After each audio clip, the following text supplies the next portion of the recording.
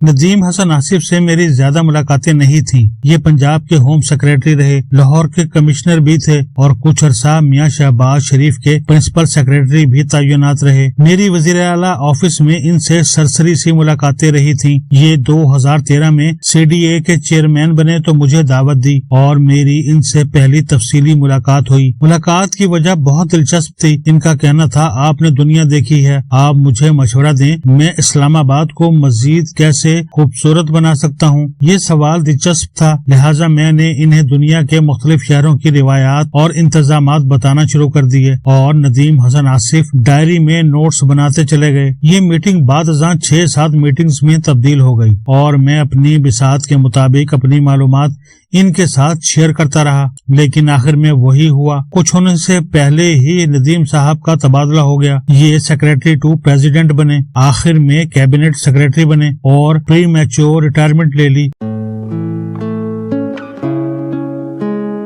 جس کے بعد ہمارا رابطہ تقریباً ختم ہو گیا۔ مگر پھر 2019 میں آئی بیکس کا پہلا ٹور مصر گیا۔ ہم 95 لوگ تھے۔ وہ ٹور ختم ہو گیا، لیکن اس میں ہمیں سردار کامران مل گئے۔ سردار صاحب جینوئن پڑھے لکھے، سمجھدار اور تجربہ کار انسان ہیں۔ یہ مختلف ہسپتالوں اور ڈاکٹروں کو طبی آلات فراہم کرتے ہیں۔ کامران صاحب نے گفتگو کے دوران انکشاف کیا، ندیم حسن آصف ان کے چھوٹے بھائی ہیں اور یہ روزانہ لنچ اکٹھے کرتے ہیں۔ شفیق عباسی اور طارق باجوہ بھی اس لنچ میں شامل ہوتے ہیں۔ سردار کامران کے توسط سے ندیم حسن آصف سے رابطوں کا دوسرا دور شروع ہوا۔ ان سے لاہور میں ملاقاتیں شروع ہو گئیں۔ 6 ماہ قبل سردار صاحب کے گھر ان سے طویل ملاقات ہوئی۔ ہم دیر تک کہے لگاتے رہے تھے۔ وہ ہمارے ساتھ موراکو جانا چاہتے تھے۔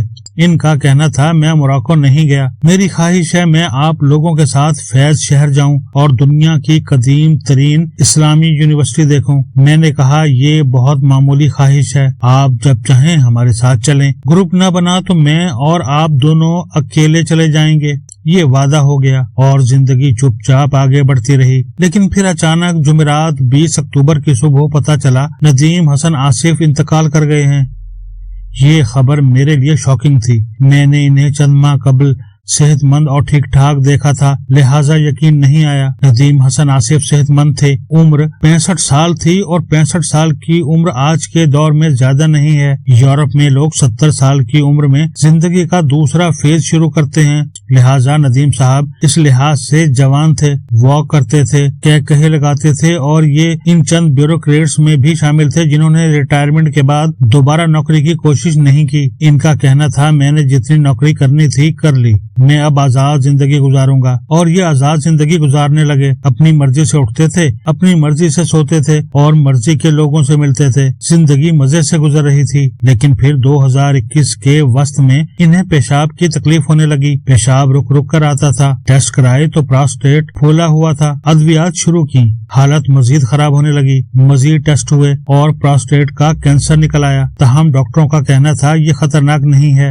ہم اسے ادویات سے کنٹرول کر سکتے ہیں۔ ادویات شروع ہوئیں لیکن کینسر دنوں میں جگر تک پہنچ گیا۔ سردار کامران نے علاج اور ادویات تلاش کرنا شروع کی۔ پتہ چلا جرمنی نے کینسر کی نیوکلیئر میڈیسن بنا لی ہے۔ جرمن کمپنی سے رابطہ کیا گیا، پتہ چلا دوا کے ٹرائل چل رہے ہیں اور کمپنی ابھی صرف 2 ملکوں کو دوا دے رہی ہے، برطانیہ اور پاکستان۔ سردار کامران نے مزید معلومات حاصل کی۔ معلوم ہوا ایک ڈوز 10 لاکھ روپے میں آتی ہے، کم از کم 8 ڈوز لگیں گی اور دوا 6 سے 8 ہفتوں میں پاکستان پہنچے گی۔ بہرحال قصہ مختصر، سردار کامران نے دوا منگوا لی، لیکن اس دوران ندیم حسن ہمت ہار گئے۔ انہوں نے کھانا پینا بند کر دیا اور دنوں میں ویل چیئر پر آ گئے۔ دوست احباب نے موٹیویٹ کرنے کی کوشش کی، لیکن ان کا کہنا تھا، میں قدرتی طریقے سے واپس جانا چاہتا ہوں، مجھے ڈاکٹروں اور دواؤں کے چکر میں نہ ڈالیں۔ یہ 2 بار اسپتال لے جائے گئے، لیکن دونوں مرتبہ انہیں دوا کی پہلی خوراک نہ لگائی جا سکی۔ سردار کامران کے دوست احباب سینئر ڈاکٹر ہیں۔ ڈاکٹروں نے صورتحال دیکھ کر کہا، ندیم حسن کے معاملے میں ایک چیز اچھی ہے، اسے درد نہیں ہو رہا، لہٰذا یہ جتنی دیر چل سکتے ہیں انہیں چلنے دیں، زیادہ تنگ نہ کریں کیونکہ ان کے مرض کا علاج ممکن نہیں ہے۔ چنانچہ یہ چلتے رہے اور اس دوران 19 اور 20 اکتوبر کی درمیانی رات اس سفر پر روانہ ہو گئے جہاں سے کسی کی واپسی ممکن نہیں۔